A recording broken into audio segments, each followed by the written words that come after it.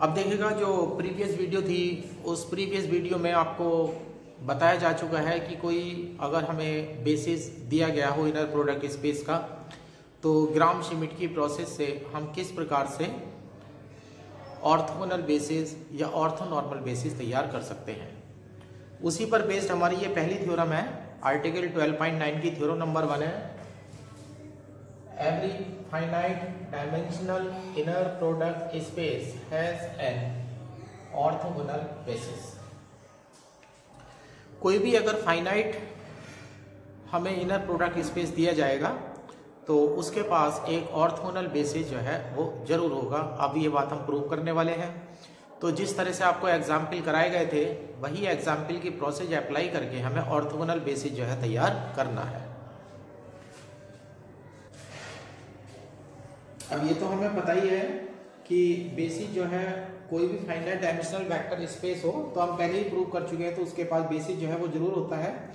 तो एक बेसिस मान लेते हैं जो अल्फा की टर्म्स में है और नया बेसिस जो है वो ऑर्थोगोनल वाला हम बीटा की टर्म्स में मानेंगे। लेट एक साइड में डाल दीजिएगा alpha 1 alpha 2 dot dot alpha n be the basis of finite dimensional inner product space।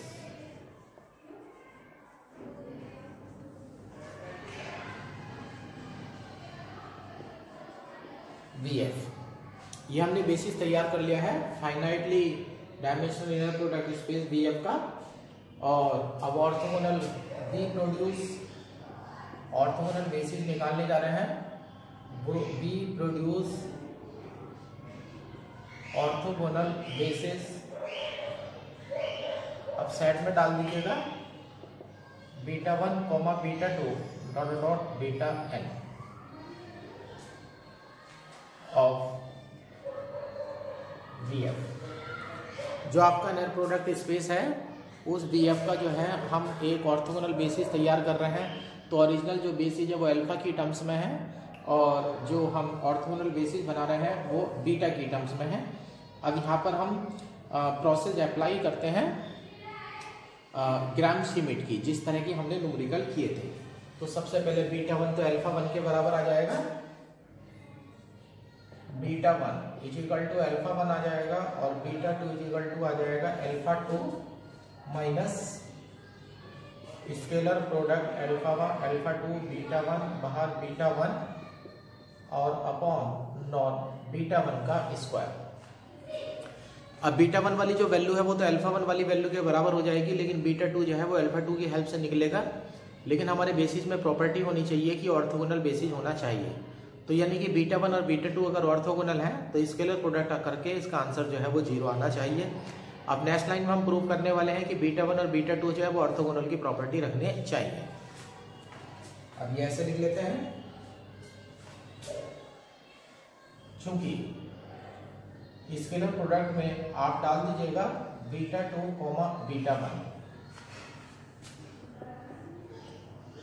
तो ये हो जाता है alpha 2 minus scalar product alpha 2 beta 1 बाहर बीटा 1 अपॉन नॉन बीटा 1 का स्क्वायर और कॉमा बीटा 1। अब यहाँ पर आपका जो प्रोडक्ट स्पेस है वो इनर प्रोडक्ट स्पेस है तो वो लीनियरिटी को फॉलो करेगा। अब आप लीनियरिटी लगाने वाले हैं, ये ध्यान रखना अल्फा 2 बीटा 1 ये स्केलर प्रोडक्ट है, स्केलर वैल्यू है ये। तो जब हम लीनियरिटी लगाएंगे तो ये अल्फा 2 के साथ कॉम्बिनेशन बीटा 1 का आ जाएगा और ये पूरी क्वांटिटी स्केलर है तो ये बाहर आ जाएगी, बीटा 1 की प्रोडक्ट बीटा 1 के साथ हो जाएगी। तो ये इस तरह से हो जाएगा is to implies alpha 2 comma beta 1 scalar product minus scalar product alpha 2 comma beta 1 upon non beta 1 का स्क्वायर। ये पूरी स्केलर क्वांटिटी है जो बाहर आ गई है और बीटा 1 की प्रोडक्ट बीटा 1 के साथ आ जाएगी। तो ये हो जाएगा scalar product beta 1 comma beta 1। अब हमें पता है किसी भी वेक्टर क्वांटिटी की स्केलर प्रोडक्ट अगर अपने साथ करते हैं तो वो नॉर्म का स्क्वायर बन जाता है, तो ये बीटा 1 स्क्वायर इससे कट जाएगा। तो ये आ जाता है scalar product alpha 2 beta 1 minus scalar product alpha 2 beta 1 और बाहर हो जाता है नॉर्म बीटा 1 का स्क्वायर अपॉन नॉर्म बीटा 1 का स्क्वायर, ये कैंसिल हो जाते हैं। तो इस तरह से आपका scalar product beta 2 beta 1 is equal to बन जाता है scalar product alpha 2 beta 1 minus alpha 2 beta 1 और दोनों वैल्यू आपस में कट जाती है। इसको implies beta 1 beta 2 are orthogonal, और इस प्रकार से शुरू हो जाता है, इस प्रकार से सिद्ध हो जाता है कि बीटा 1 बीटा 2 जो है वो ऑर्थोगोनल है। इसी प्रकार से बीटा 3 बीटा 4 डॉट डॉट निकाल देते हैं और इसी तरह से प्रोसीजर करते चले जाते हैं, कोई वैल्यू निकाल लेते हैं।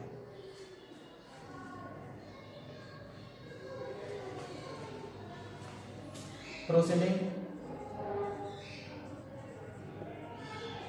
सिमिलरली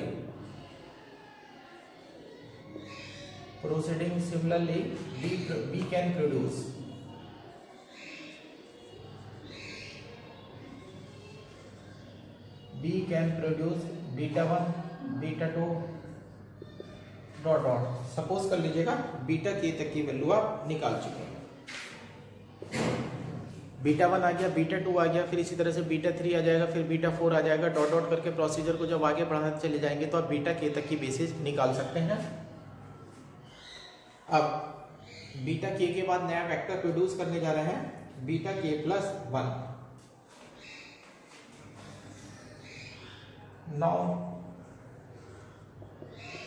बीटा के प्लस 1, अब बीटा के प्लस 1 की जो वैल्यू निकलेगी वो अल्फा के प्लस 1 से निकलेगी और अल्फा के प्लस 1 के साथ स्केलर प्रोडक्ट बीटा 1 फिर बीटा 2 डॉट डॉट बीटा के आएगा। तो ये पूरी सीरीज जो है वो खुलती चली जाएगी। जब ये पूरी सीरीज खुलती चली जाएगी तो हम इसे शॉर्टकट में हम नोटेशन दे देते हैं।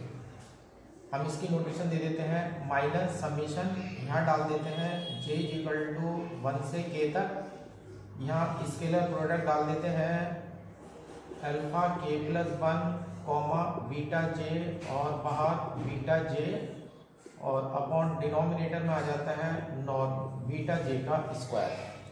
अब ध्यान से देखिएगा जब आप ये समीशन खोलेंगे तो अल्फा के प्लस 1 बीटा 1 फिर alpha k plus 2 beta 2 dot dot और के तक आप जा सकते हैं, क्योंकि बीटा 1 से बीटा के तक के वेक्टर जो है आपके आ चुके हैं। अब बीटा के प्लस 1 आ चुका है, अब हमें प्रूव करके दिखाना है कि बीटा के प्लस 1 जो है इन सबके जो है परपेंडिकुलर होगा। अब सबके परपेंडिकुलर होगा तो अब ये देते हैं, चूंकि स्केलर प्रोडक्ट में डालते हैं। अब ये सारे बारी बारी से उठाने से अच्छा है कोई सा एक उठा लीजिएगा। अब ऐसे ही लेते हैं, अब लेते हैं चूंकि स्केलर में डालिएगा आप एक तो बीटा के प्लस 1 डालिएगा और साथ में डालिएगा बीटा आई। अब यहाँ पर देखिएगा बीटा आई चुना गया है तो आई की वैल्यू जो मैं कहूँगा वो 1 से लेकर के के तक में कुछ भी कह सकता हूँ। तो बीटा के प्लस 1 की प्रोडक्ट बीटा आई से कर रहे हैं तो ये स्केलर प्रोडक्ट हो जाएगा alpha k plus 1 minus summation j equal to 1 से k scalar product alpha k plus 1 comma beta j और बाहर beta j upon norm beta j का स्क्वायर और कॉमा आ जाएगा बीटा i और आगे लिख देते हैं for i equal to 1 2 dot dot k। अब ये जो इक्वेशन हम लिख रहे हैं यहाँ पर जो प्रोडक्ट हम निकाल रहे हैं वो बीटा आई के साथ प्रोडक्ट निकाल रहे हैं स्केलर प्रोडक्ट, और आई की जो वैल्यू है 1 से लेकर के k तक जा रही है। तो यानी कि ये बीटा 1 के साथ भी आ जाएगी, बीटा 2 के साथ भी आ जाएगी, डॉट डॉट बीटा k के साथ भी आ जाएगी। अब आप यहाँ पर लीनियरिटी लगाइएगा, ये पूरी क्वांटिटी स्केलर है ये बाहर आ जाएगी, अल्फा k प्लस 1 का कॉम्बिनेशन बीटा आई के साथ आ जाएगा। This two implies is equal to alpha k plus 1 comma beta i minus summation j equal to 1 से k बाहर आ जाएगा और scalar product alpha k plus 1 आ जाएगी, बीटा j आ जाएगा अपॉन नॉर्म बीटा j का स्क्वायर आ जाएगा। ये स्केलर प्रोडक्ट हो जाती है। अब इसका और इसका कॉम्बिनेशन आ जाएगा alpha k plus 1 comma beta i. अब देखिएगा यहाँ पर लीनियरिटी लगा दी गई है। अब आपको पता है कि beta 1 beta 2 dot dot beta के जितने भी वेक्टर्स थे वो सारे के सारे जो है पहले से ही ऑर्थोगोनल थे। ये आपको पहले से ही पता था कि आपके, सॉरी यहाँ मैंने गलत कर दिया है, अल्फा के प्लस 1, हाँ ये सही है, अल्फा के प्लस 1 बीटा ही आ जाएगा, माइनस के हो जाएगा, बीटा जे हो जाएगा। हाँ सही है। अब यहाँ से अल्फा के प्लस 1 आ चुका है, बीटा आर आ चुका है। अब यहाँ प्रोडक्ट जो, ये थोड़ा सा मेरे से गलत हो गया है, इसकी प्रोडक्ट इसके साथ होगी, इसके लिए प्रोडक्ट बीटा जे की बीटा आई के साथ होगी, यानी कि ये वाला गलत लिखा गया है। अब आप summation j is equal to 1 से लेकर के के तक खोलने जाएंगे, अब आई की वैल्यू भी 1 से के तक चल रही है, बीटा जे और बीटा आई है। अब ऑर्थोगोनल की प्रॉपर्टी कहती है अगर दोनों का सफिक्स सेम हुआ तो वैल्यू नॉर्म का स्क्वायर बन जाएगी, लेकिन अगर दोनों का सफिक्स अलग अलग है तो नॉर्म की जो हमारा स्केलर प्रोडक्ट है उसकी वैल्यू 0 हो जाएगी। अब यहाँ पर लिख देते हैं, अब हम यहाँ पर मैं ब्रैकेट में लिख देता हूँ, क्योंकि scalar product beta j comma beta i, scalar product beta j comma beta i, इसके बाद दो वैल्यू होंगी, एक वैल्यू होगी 0 if j not equal to i, और दूसरी वैल्यू होगी नॉर्म बीटा जे का होल स्क्वायर, नॉर्म या जे वाला बोल रहे हैं बीटा जे का whole square if j is equal to i. अब j is equal to i होगा तो बीटा जे का होल स्क्वायर हो जाएगा नॉर्म का, या बीटा जे का लिख लीजिएगा या बीटा आई का लिख लीजिएगा, दोनों बात एक ही है, क्योंकि यहाँ पर जे इज इक्वल टू जो है आई रखा गया है। अब यहाँ पर ऑर्थोगोनल की प्रॉपर्टी हो चुकी है कि दोनों अलग अलग वेक्टर अगर होते हैं तो आंसर 0 आता है, और अपने ही वेक्टर के साथ प्रोडक्ट अगर करते हैं स्केलर प्रोडक्ट तो नॉर्म का स्क्वायर हो जाता है। अब इस प्रॉपर्टी को आप यहाँ अप्लाई करिएगा, is equal to alpha k plus 1 comma beta i minus j is equal to 1 रखेंगे तो 0 आएगा, 2 रखेंगे तो 0 आएगा, लेकिन जब दोनों आई रखेंगे तो यहाँ पर वैल्यू नॉर्म का स्क्वायर बन जाएगी। तो ये हो जाता है scalar product alpha k plus 1 हो जाएगा, और यहाँ बीटा आई हो जाएगा, और नॉर्म बीटा आई का होल स्क्वायर हो जाएगा, और यहाँ हो जाएगा बीटा आई कॉमा बीटा आई, और इसके अलावा जितनी भी टर्म है वो सारी की सारी 0 में चली जाएगी। अब इसके अलावा हमारी सारी टर्म जो है वो 0 में चली जा रही है। अब देखिएगा दोनों वैल्यू हमारी कट जाती हैं, आपस में कट जाएंगी दोनों value.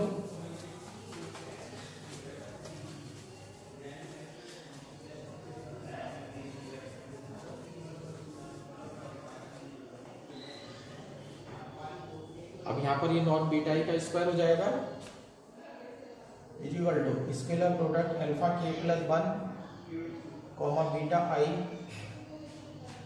Minus scalar alpha k plus 1 beta i upon norm beta i का स्क्वायर, और यहाँ भी नॉर्म बीटा आई का स्क्वायर, ये दोनों आपस में कैंसिल हो जाते हैं। Is equal to scalar product alpha k plus 1 comma beta i minus scalar product alpha k plus 1 comma beta i, ये दोनों आपस में कट जाते हैं और इज इक्वल टू 0 हो जाता है। अब यहाँ से आपकी वैल्यू आ चुकी है, इसको imply beta j plus 1 sorry beta k plus 1 comma beta i equal to 0 और i equal to 1 2 dot dot k, यानी कि बीटा के प्लस 1 की आप पीछे वाले किसी भी वेक्टर के साथ अगर आप स्केलर प्रोडक्ट निकालते हैं तो उसकी वैल्यू 0 आ रही है। तो इस प्रकार से सिद्ध हो जाता है कि बीटा के प्लस 1 जो है अपने प्रीवियस के ऑर्थोगोनल है। इसको implies beta 1 beta 2 dot dot beta के comma beta k plus 1 are orthogonal vectors. इस तरह से प्रूव हो जाता है कि ये ऑर्थोगोनल वेक्टर्स हैं। अब बीटा 1 आ गया था, बीटा 2 आ गया था, इसी तरह से प्रोसीड करते अगर हम चले जाएंगे तो सिद्ध हो जाएगा कि beta 1 beta 2 dot dot beta n जो है वो ऑर्थोगोनल वेक्टर्स का सेट हो जाएगा, जो ऑर्थोगोनल बेसिस हो जाएगा। By method of mathematical induction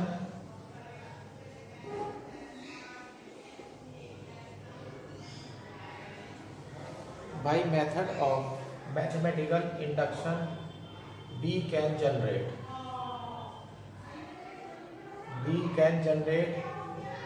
the set beta 1 beta 2 dot dot dot beta n which is basis of which is orthogonal basis of BF। इस तरह से प्रोसेस को हम आगे बढ़ाते चले जाएंगे। तो मैथमेटिकल इंडक्शन का मेथड जो गणितीय आगमन विधि है वो हमसे ये कहती है कि हम जो है ऑर्थोगोनल बेसिस तैयार कर सकते हैं। इस प्रकार से हमारा ऑर्थोगोनल बेसिस तैयार हो जाएगा। फिर इसके बाद थ्योरम सेकंड है। थ्योरम सेकंड में कहा जाता है every inner product space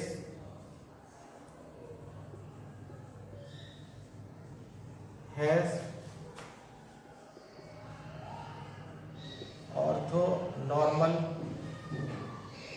basis. अब देखिएगा ऑर्थोगोनल की जगह ऑर्थोनॉर्मल वर्ड आ चुका है कि कोई भी नॉन प्रोडक्ट स्पेस अगर होगा तो ऑर्थोनॉर्मल स्पेस हो जाएगा इसमें। ये थ्योरम नंबर सेकंड और थ्योरम नंबर फर्स्ट जो है दोनों एक ही हैं। थ्योरम नंबर सेकंड जो है वो थ्योरम नंबर 1 ही है। अब करना क्या है आपको, जैसे आप डू थ्योरम नंबर 1 करेंगे लेकिन बस क्या होगा, नॉर्म हटा देंगे। जैसे आपने प्रॉपर्टी दिखाई है, नॉर्म प्रॉपर्टी दिखाई है आपने, तो आप इस तरह से प्रूव करने जाएंगे कि प्रूडेड जो है, या चलिएगा थोड़ा सा मैं कर देता हूं इसमें से proof.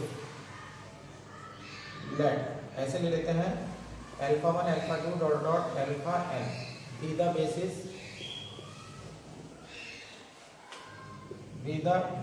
of inner product space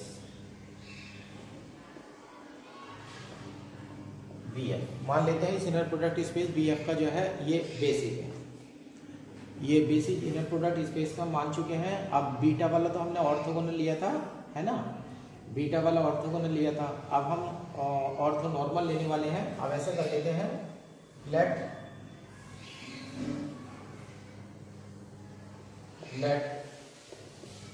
beta 1 beta 2 dot dot beta n is orthogonal basis of BF। ये तो ऑर्थोगोनल हो गया है। अब अब नॉर्म से डिवाइड कर देंगे। यहाँ पर नॉर्म से जब डिवाइड हो जाएगा तो ये ऑर्थोगोनल बेसिस जो है हमारा तैयार हो चुका है। अब हम इस तरह से करेंगे, अब हम यहाँ पर करेंगे डू थ्योरम 1। Do theorem 1। अब इसमें थ्योरम नंबर 1 को पूरा का पूरा ऐसे उतार देंगे तो ये हमारी लास्ट लाइन प्राप्त हो जाएगी। फिर हम ऐसे लेंगे, जब ऑर्थोगोनल बेसिस तैयार हो जाएगा तो फिर उसके बाद हम लिखेंगे बी टेक beta i upon norm beta i is equal to gamma i और i is equal to 1 2 dot dot n। अब हमें पता है ऑर्थोगोनल वेक्टर में और ऑर्थोनॉर्मल वेक्टर में सिर्फ एक ही बात का फर्क होता है, अगर अपॉन में डिनोमिनेटर में नॉर्म आ जाएगा तो वो ऑर्थोनॉर्मल बन जाएगा। सिंपल वेक्टर जो होते हैं वो ऑर्थोगोनल प्रॉपर्टी को सेटिस्फाई करते हैं और यूनिट वेक्टर जो होते हैं वो ऑर्थोनॉर्मल प्रॉपर्टी को सेटिस्फाई करते हैं। और ऑर्थोनॉर्मल प्रॉपर्टी के लिए मुझे यूनिट वेक्टर चाहिए तो अपॉन में क्या है, नॉर्म से डिवाइड कर देते हैं। अब ये हम नई नोटेशन बना देते हैं। अब यहाँ पर हो जाएगा, इसमें implies beta 1 upon norm beta 1 comma beta 2 upon norm beta 2 dot dot beta n upon norm beta n। ये सेट हो गया इज इक्वल टू, ऐसे कह लेते हैं gamma 1 gamma 2 and so on gamma n is orthonormal basis.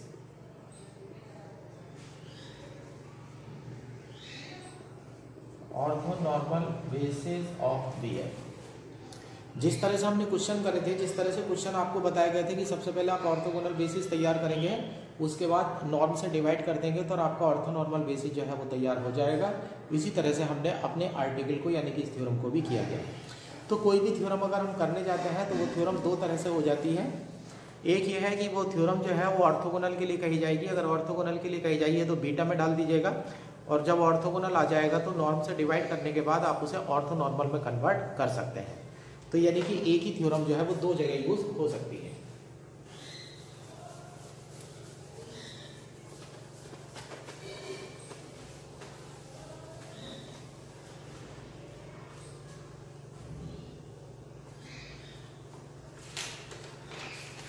Next theorem पर चलते हैं। थ्योरम थर्ड है।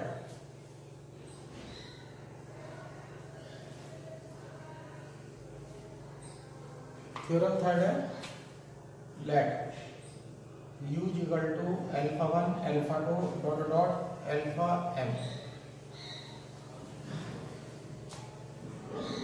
B an orthogonal set of non-zero vectors in inner product space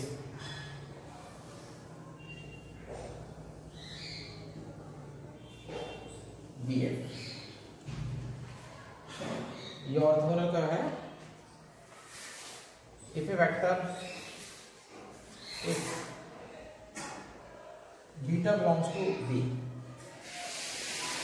if beta belongs to B a linear span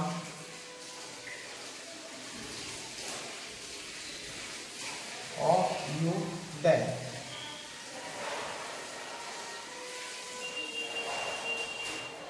beta is equal to summation k is equal to 1 से m डाल दीजिएगा, और scalar product beta alpha k upon नॉट alpha k का whole square और बाहर alpha k।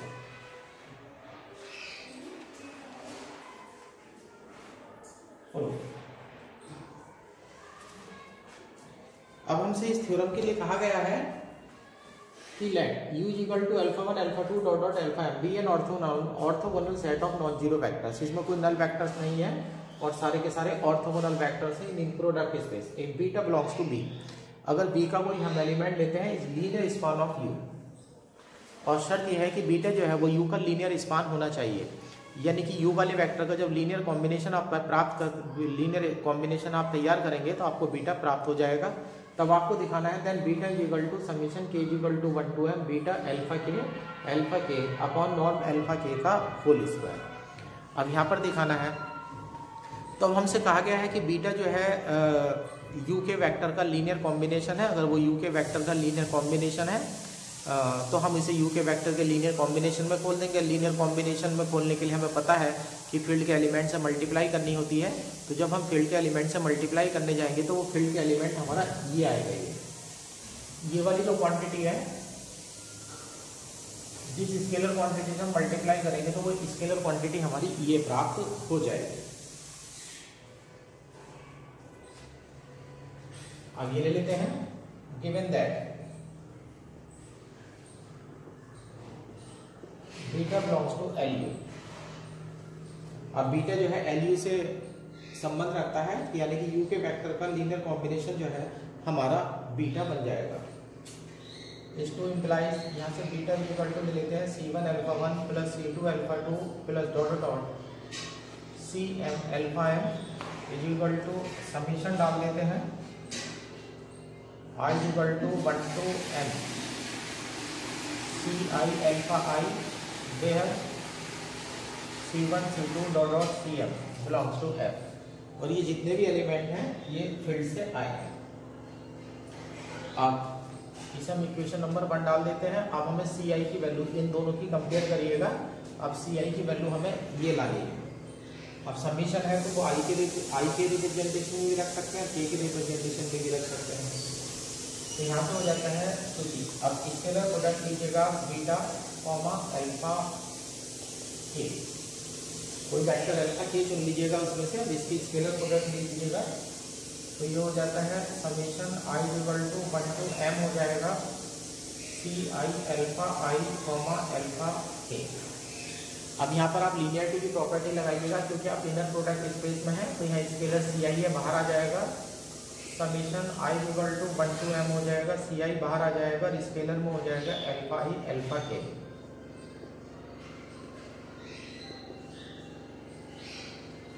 अब alpha alpha i और अल्फा के हैं। यहाँ पर लीनियरिटी की प्रॉपर्टी अब हम लगा चुके हैं।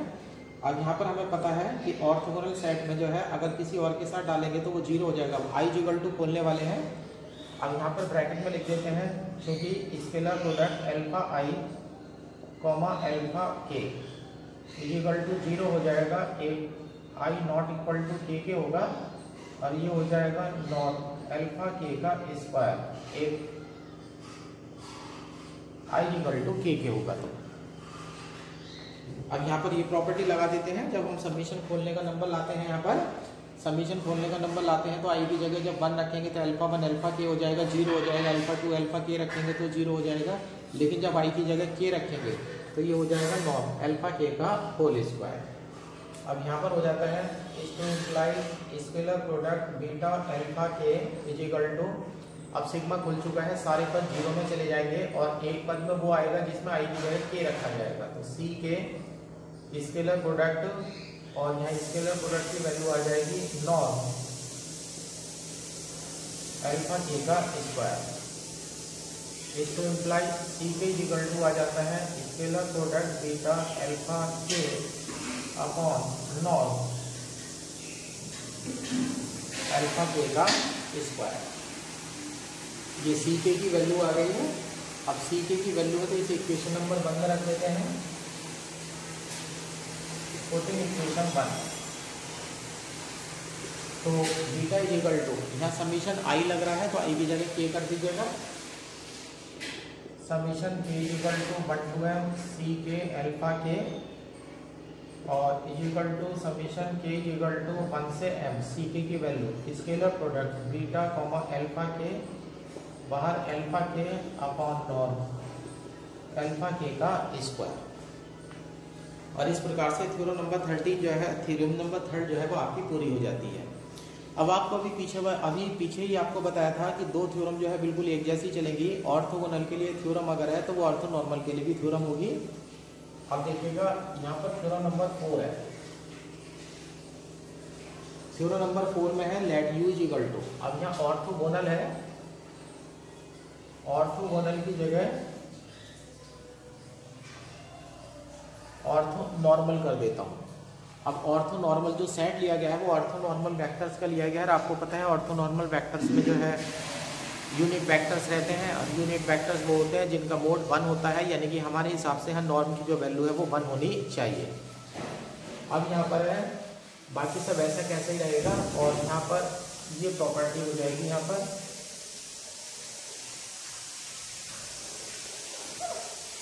ये मैं चेंज कर देता हूँ, यहाँ स्केलर प्रोडक्ट आ जाएगा अल्फा बीटा का कॉम्बिनेशन लिया जा रहा है स्केलर प्रोडक्ट के साथ, तो यहाँ हो जाएगा बीटा कॉमा अल्फा के और बाहर अल्फा के। अब ये given that beta belongs to i, ये लाइन ऐसी की ऐसी रहेगी, ये ऐसा कैसे ही रहेगा, यहाँ ये सब ऐसे ही रहेगा। लेकिन अब ये ऑर्थोनॉर्मल की प्रॉपर्टी अगर है तो यहाँ पर जो है आई इक्वल टू के के लिए यहाँ पर जो वैल्यू है हमारी 1 हो जाएगी। अब ऑर्थोनॉर्मल है तो ऑर्थोनॉर्मल वेक्टर्स अगर है तो उसमें यूनिट वेक्टर रहते हैं। हमें पता है कि यूनिट वेक्टर का जो मोड होता है वो 1 होता है। तो यानी कि अल्फा ही अल्फा के से जब मल्टीप्लाई करेंगे दोनों की वैल्यू सेम हो जाएगी तो आंसर 1 हो जाएगा। तो यहाँ से ये वैल्यू कट जाएगी और इनटू में 1 हो जाएगा। यहाँ से भी डिनोमिनेटर हट जाएगा, put in equation 1 C1 alpha के, और यहाँ से भी डिनोमिनेटर हट जाएगा। और इस प्रकार से सिंपली जो है हमारी थ्योरम प्रूव हो जाएगी। तो अभी आपने देखा कि ऑर्थोगोनल की जो थ्योरम होती है वही ऑर्थोनॉर्मल की भी थ्योरम होती है। लेकिन आपको करना क्या होता है, बस आप जो नॉर्म पड़ा हुआ है उसकी वैल्यू अगर 1 डाल देते हैं तो क्वेश्चन ऑटोमेटिकली जो है वो ऑर्थोनॉर्मल में कन्वर्ट हो जाता है। अब ये है थ्योरम नंबर 5 है।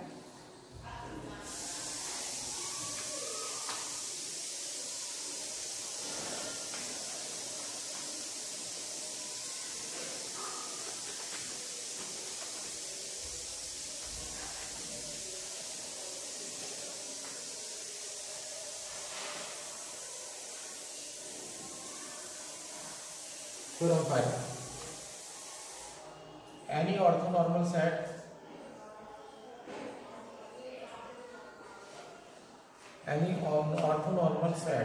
of vectors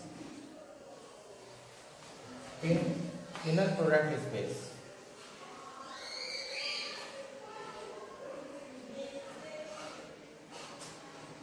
is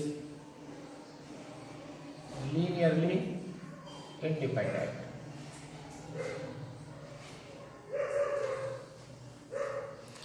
अब हम यहाँ पर प्रूव करके दिखाने जा रहे हैं any orthonormal set of vectors in inner product space is linearly independent.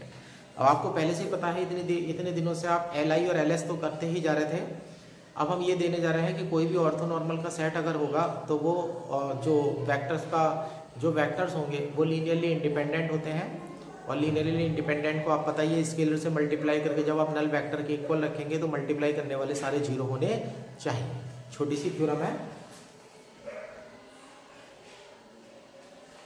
ऐसे ले लेते हैं प्रूफ में।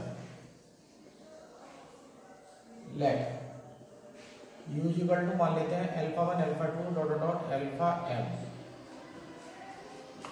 Is set of orthonormal vectors. Orthonormal vectors का जो है वो सेट है। अब चलिएगा लीनियर कॉम्बिनेशन तैयार करते हैं। Consider the equation.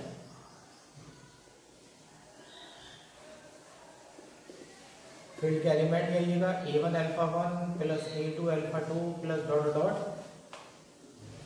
am αm is equal to 0। Equation number 1 और a1 a2 dot dot am belongs to f। ये हमारे फील्ड के एलिमेंट आ चुके हैं। अब देखिएगा ये वैल्यू तो 0 पड़ी हुई है।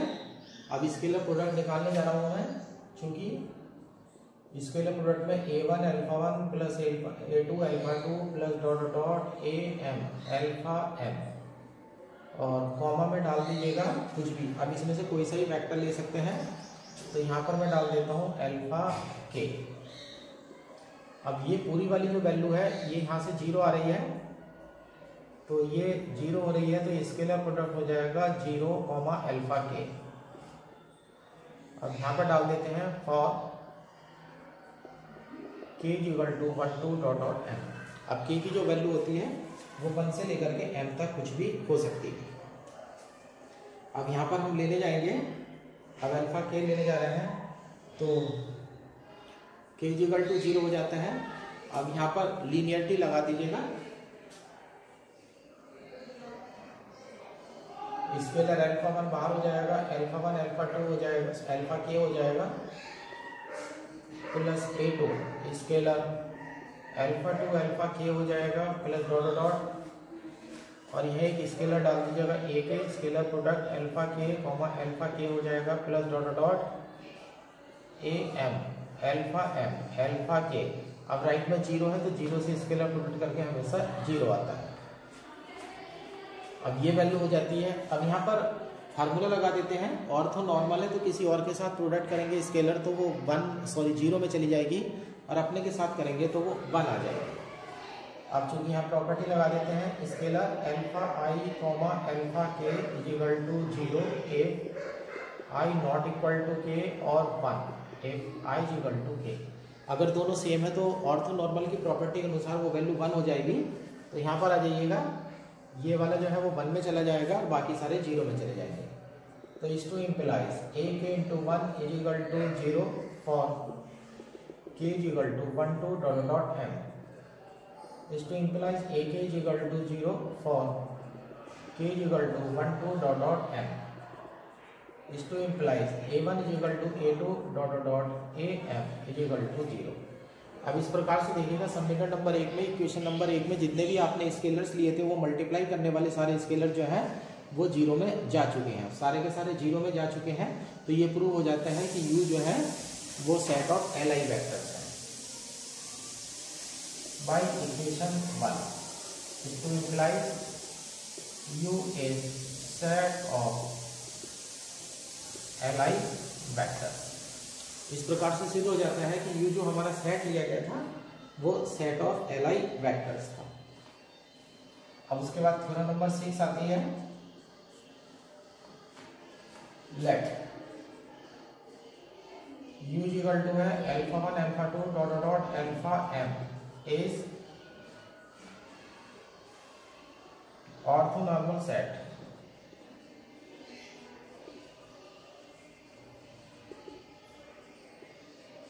in BF, orthonormal set in BF,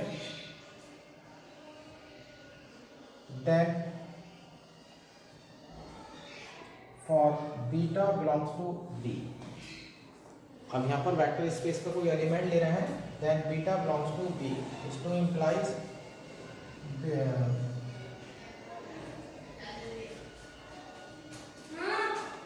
gamma is equal to आप बोल सकते हैं beta minus summation i is equal to 1 to m scalar beta comma alpha i और बाहर alpha i,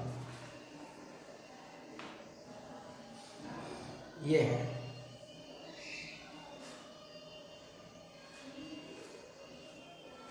is orthogonal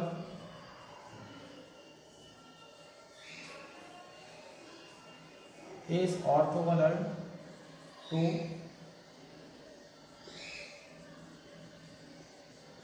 every vector of U।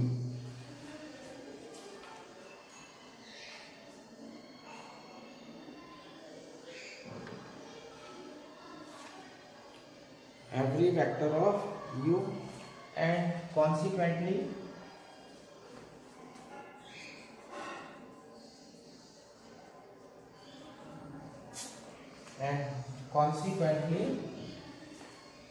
to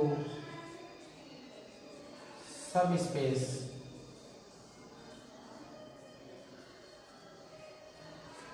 defined by U। अब इस theorem का पहले आप मीनिंग समझ लीजिएगा।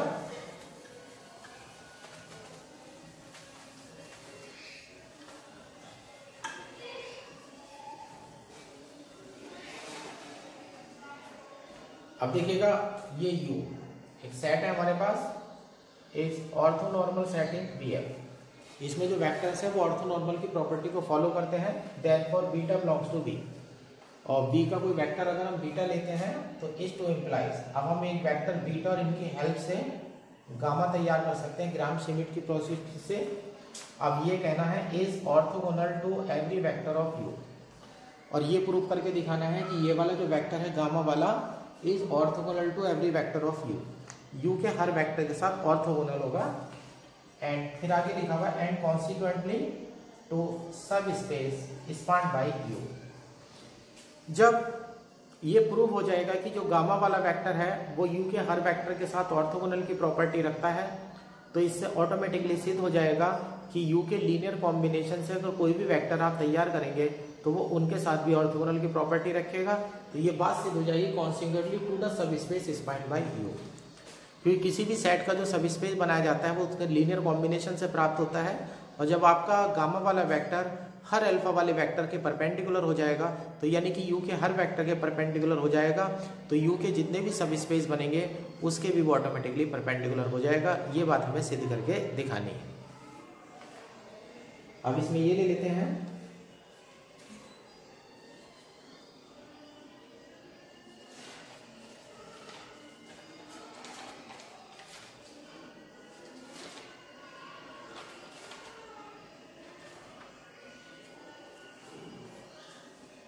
वेक्टर ले लीजिएगा। गामा को सिद्ध करके दिखाना है कि गामा जो है अल्फा के वालों के परपेंडिकुलर होगा। तो अब इसके लिए प्रोडक्ट में गामा डालिएगा और कॉमा लेकर के डाल दीजिएगा अल्फा।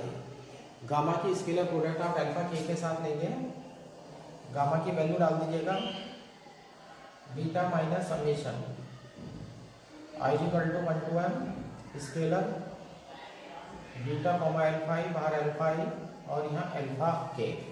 अब यहाँ पर लीनियरिटी लगा दीजिएगा, स्केलर प्रोडक्ट बीटा अल्फा के माइनस स्केलर बाहर आ जाएगा, summation i equal to 1 to m scalar beta comma alpha i, और यह स्केलर में हो जाता है अल्फा आई अल्फा के। अब यहाँ पर लीनियरिटी लग चुकी है। अब यहाँ पर ऑर्थोगोनल प्रॉपर्टी यूज कर दीजिएगा, चूंकि scalar alpha I comma alpha k is equal to 0 होगा if I not equal to k, और दूसरी वैल्यू 1 हो जाएगी इफ आई इक्वल टू के। अब आई का समीशन हम खोल सकते हैं, तो ये हो जाएगा scalar gamma comma alpha k is equal to scalar beta comma alpha के माइनस, अब समीशन यहाँ पर खुल गया है तो स्केलर बीटा और अल्फा आई की जगह अल्फा के हो जाएगा, ये वैल्यू 1 हो जाएगी, और इस तरह से जो आंसर है वो 0 हो जाता है। आंसर 0 हो जाता है, तो यहाँ से रिजल्ट आ जाता है scalar product gamma alpha k is equal to 0 for k is equal to 1 to dot m, इस to implies gamma is orthogonal to every vector of u। इस प्रकार से सिद्ध हो जाता है कि जो हमारा वेक्टर गामा है is orthogonal to every vector of u के हर वेक्टर के साथ जो है वो ऑर्थोगोनल की प्रॉपर्टी रखता है। अब हम इस तरह से प्रूव करने जा रहे हैं। Now we will prove that beta is orthogonal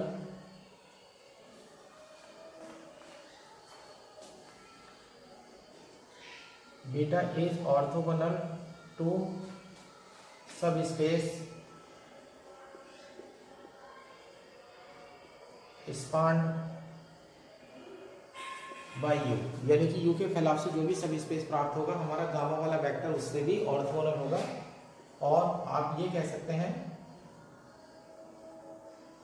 गलती से बीटा जो है गामा आएगा, और gamma is orthogonal to L you.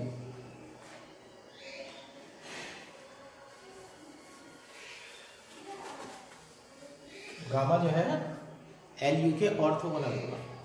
अब ऐसे लेते हैं, एक कोई एलिमेंट x लेते हैं, x belongs to L U is to implies अगर x एल यू को बिलोंग्स करता है तो ये u के वेक्टर का लीनियर कॉम्बिनेशन होगा। तो x इक्वल टू ले लेते हैं a1 alpha 1 plus a2 alpha 2 dot dot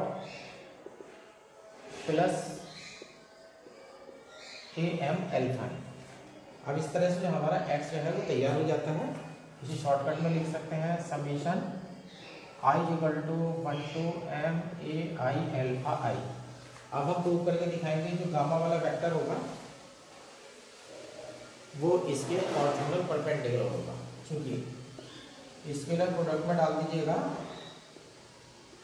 alpha comma x, sorry gamma comma x, तो यहाँ से हो जाता है गामा एक्स की वैल्यू हो जाती है summation i equal to 1 to m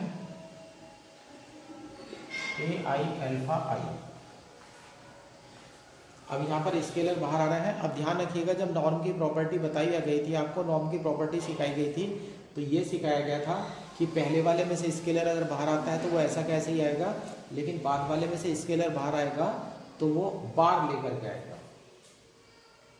is equal to summation i equal to 1 to m हो जाता है, और यहाँ जाता है ए आई पर बार, और स्केलर गामा कॉमा अल्फा आई। अब यह गामा की प्रोडक्ट ऑफ अल्फा आई से रख रहा है, तो यहाँ पर यहाँ देख लीजिएगा gamma alpha k is equal to 0 है for k is equal to 1 to dot dot n। अब यहाँ से ये वैल्यू 0 में चली जाएगी, क्योंकि अब हम प्रॉपर्टी लिख सकते हैं scalar product gamma comma alpha i is equal to 0 और i is equal to 1 to dot dot n। क्योंकि हम ऊपर प्रूव कर चुके हैं कि जो गामा वाला वेक्टर है वो हर वेक्टर के जो है वो परपेंडिकुलर है। इस to implies gamma is orthogonal to L U. इस प्रकार से सिद्ध हो जाता है कि जो गामा वाला वेक्टर है वो एल यू के ऑर्थोगोनल है। थ्योरम नंबर 6 आपको नहीं, थ्योरम नंबर 7 आपको नहीं करनी है, और यहाँ पर जो है इसकी ये थ्योरम जो है एंड हो जाती है।